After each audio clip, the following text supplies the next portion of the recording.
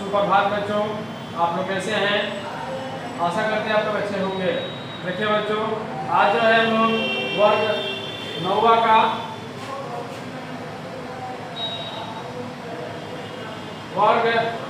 जो है चौथा अध्याय जलवायु पर हम लोग चर्चा करेंगे और इसके प्रश्न उत्तर को रूप करेंगे। देखिए बच्चों, पिछले वीडियो में हम आप लोग जलवायु के बारे में बताने का पूर्ण रूप से प्रयास किए हैं। जलवायु को समझने के लिए मैंने मौसम के बारे में बताया है। मौसम जो है क्षण प्रतिक्षण बदलने वाली घटना है। वायुमंडल में क्षण प्रतिक्षण बदलने वाली घटना को मौसम कहा जाता है। ठीक ना? देखते हैं सुबह में उठते हैं, आप लोग देखते हैं कि दिन साफ है, आकाश से बादल नहीं घिरे हुए हैं, हवाएं धीमी चल रही हैं।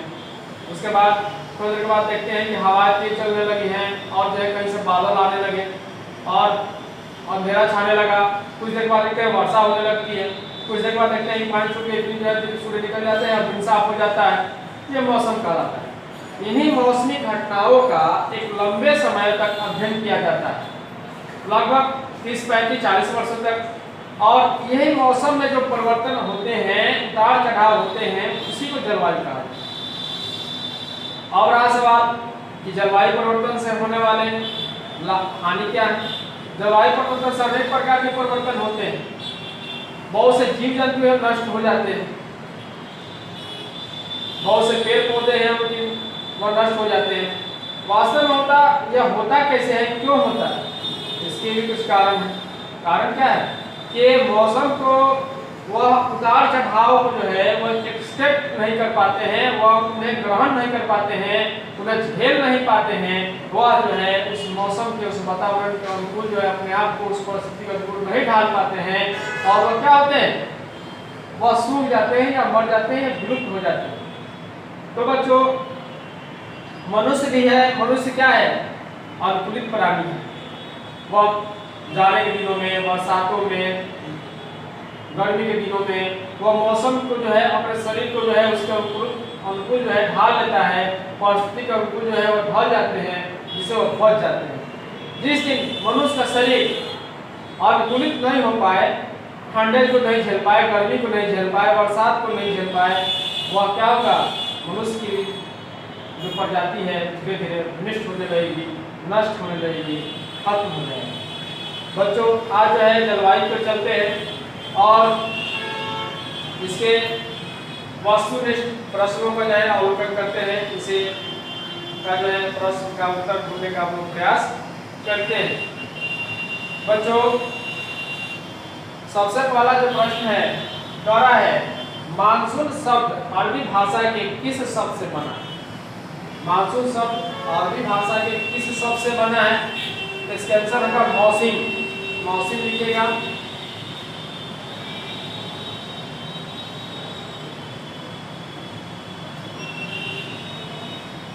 मौसम शब्द से बना है।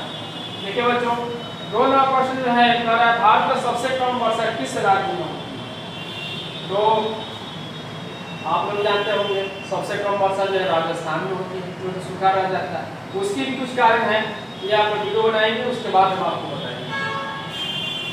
राजस्थान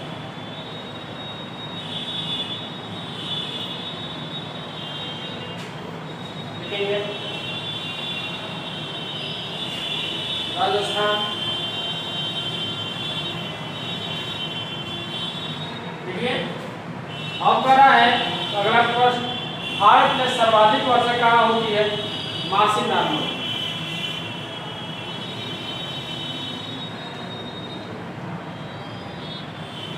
मासिनराम में वर्षा क्यों अधिक होती है, इसको भी हम समझाएंगे या आपको लिखने के बाद। देखिए बच्चों, कह रहा है निम्नलिखित में बताएं निम्नलिखित में बताएं कि किस जोड़े में आम्रवृष्टि होती है? किस जोड़े में? अर्थात देखिए वहां पे दिया है किताब में आप लोग, जैसे कि दो राज्यों के नाम दिया हुआ है, ठीक ना? जैसे कि गुजरात दे दिया, राजस्थान दे दिया एक ऑप्शन में, दूसरा ऑप्शन में जैसे कि महाराष्ट्र दे दिया, इसका गुजरात दे दिया, दूसरा ऑप्शन में केरल और कर्नाटक दे दिया, तीसरा ऑप्शन में आंध्र प्रदेश और झारखंड दे दिया। तो इसमें केरल और कर्नाटक को, इसको भी हम बताएंगे।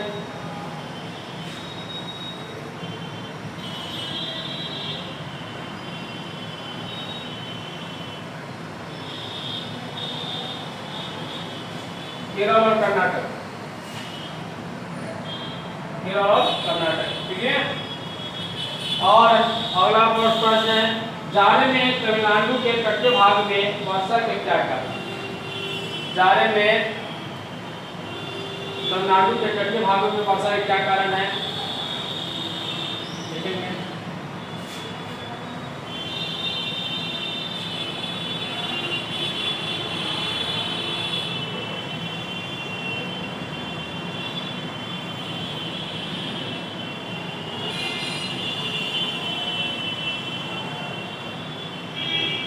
उत्तरी पूर्वी मानसून, उत्तरी पूर्वी मानसून इसके कारण है। आंसर हो गया। अब कह रहा है प्रश्न, देखिए, भारत में दक्षिण पश्चिम मानसून का आगमन कब होता है? भारत में दक्षिण पश्चिम मानसून का आगमन कब होता है? तो लिखेंगे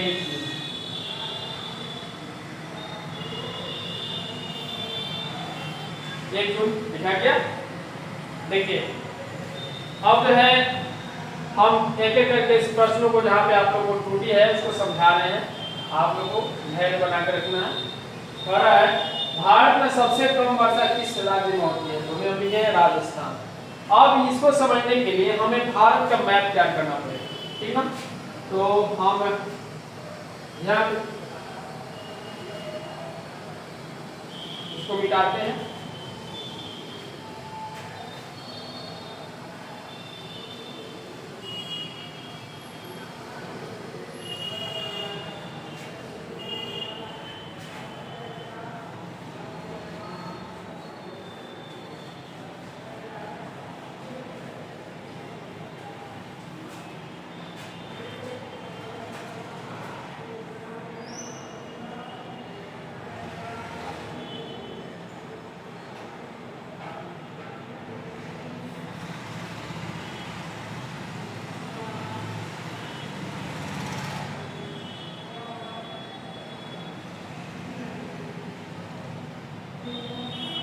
देखिए हमने एक रफ फिगर बनाया भारत का। पहले भी हम आप लोगों को पिछले वीडियो में बता चुके हैं कि आप लोगों के पास एक भारत का मैप होना चाहिए, विश्व का भी मैप होना चाहिए और बिहार का भी मैप होना चाहिए। अब देखिए बच्चों, अब आप लोग को ये भी हम बताए हैं कि आप लोग को रफ फिगर भारत का बनाने के लिए प्रयास भरपूर करना चाहिए, ताकि आप लोग के दिमाग में बैठ सके कि किस दिशा में कौन सा महासागर स्थित है, कौन सा राज्य स्थित है और कौन सा क्षेत्र स्थित है। समझ में आ रहा है ना? तो यहाँ पे देखिए हमने भारत के एक रफ फिगर बनाया है, जिसको जो है, क्योंकि आप लोग जानते हैं ये क्षेत्र जो है राजस्थान का क्षेत्र है और इधर गुजरात है, महाराष्ट्र है। तो इधर देखते हैं,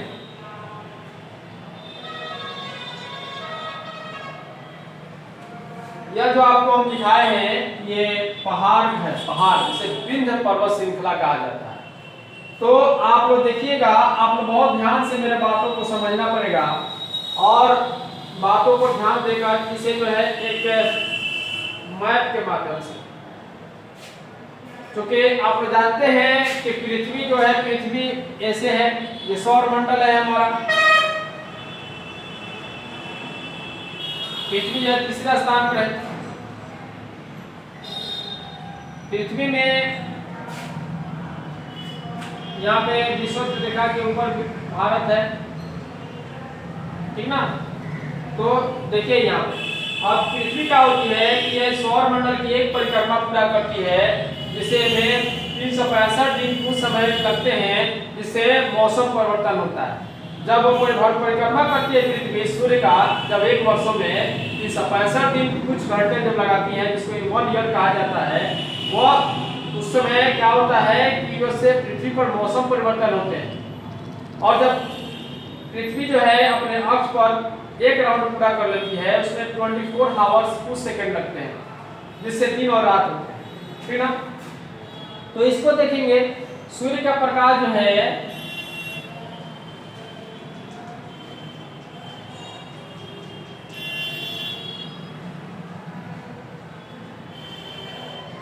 सूर्य का प्रकाश, जब सूर्य जो है, जब सूर्य का जब पृथ्वी जो चक्कर लगाती है, तो सबसे पहले जो मूवमेंट के चक्कर लगाने क्रम में इस दिशा में, अर्थात ये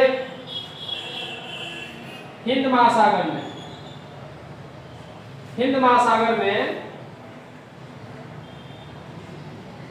निम्न दबाव बनते हैं। गर्मी, ताप या सूर्य का टेम्परेचर सबसे ज्यादा पहले पड़ता है और बादलों का निर्माण होता है। और बादल जो है इस क्षेत्र में अर्थात कर्नाटक, केरल, मध्य प्रदेश के क्षेत्रों में वर्षा करते हैं। बादल जब इन्हें बनकर जब चलते हैं तो चलने के क्रम में जब बादल का निर्माण होता है और इस क्षेत्र में वर्षा करते हैं तो ये बादल क्या होते हैं कि विंध्य पर्वत श्रृंखला से टकराते हैं और टकराने के बाद पुनः इसी दिशा में केरल, कर्नाटक और मध्य प्रदेश के क्षेत्रों में आते हैं और पुनः जोरदार वर्षा करते हैं। क्योंकि ये पर्वत जो है बहुत ही ऊंचे हैं और ये जो बादल इन पर्वतों को भेद नहीं पाते। नहीं भेद पाने की वजह से राजस्थान क्या होता है कि राजस्थान में पानी नहीं हो पाता।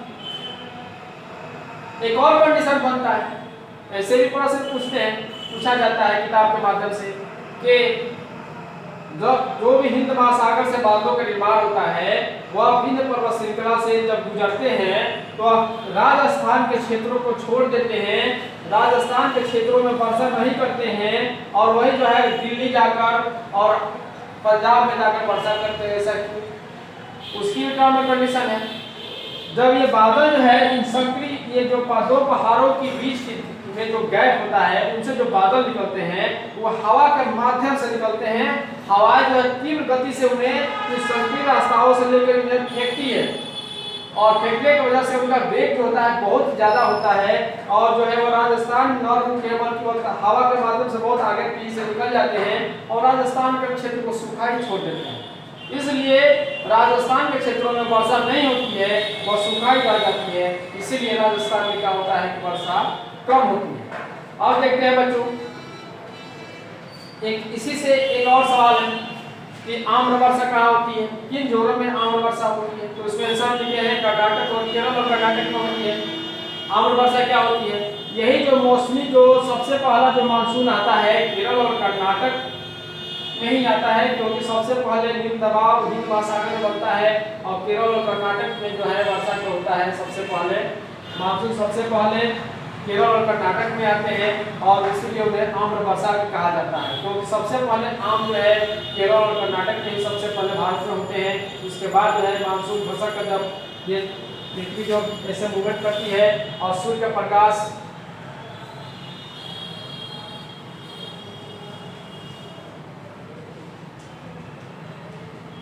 इन क्षेत्रों में जब पड़ती है, निम्न दबाव जब इन क्षेत्रों में पड़ता है तो बंगाल की खाड़ी से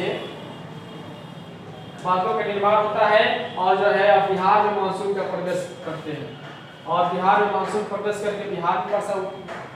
तो ये जून के प्रथम सप्ताह में आते हैं।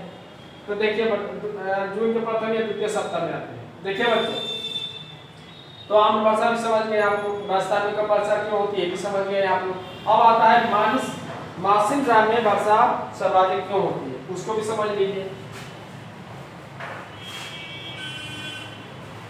ऐसे समझाते हैं। मासिन राम जो है मासिन राम का जो बनावट है वह कपनुमा है, कप के समान ऐसे। तो उसके चारों तरफ से बहुत पहाड़ों से ऊंचे पहाड़ों से घिरा हुआ क्षेत्र है, लेकिन एक ही साइड से वह कप नुमा है, एक ही साइड से उसका दरवाजा जैसा खुला हुआ है। तो बादल का निर्माण चूंकि पहाड़ी क्षेत्रों में और हरे भरे जगहों में वाष्पीकरण की क्रिया से ज्यादा बनते हैं और वह कॉन्टिन्यूअस स्ट्रक्चर में आकृति में सारे बादल समा जाते हैं, लेकिन वो वहां से निकल नहीं पाते हैं। अर्थात वो पहाड़ों से टकरा कर उसी क्षेत्रों में बारिश करते हैं और इसीलिए उस क्षेत्रों में ज्यादा घनघोर वर्षा होती है। तो मासिन नाम इसीलिए वर्षा होती है। बच्चों आप लोग जो है मोला पढ़ रहे होंगे, हमारे वीडियो को जो है लाइक और शेयर भी कर रहे होंगे।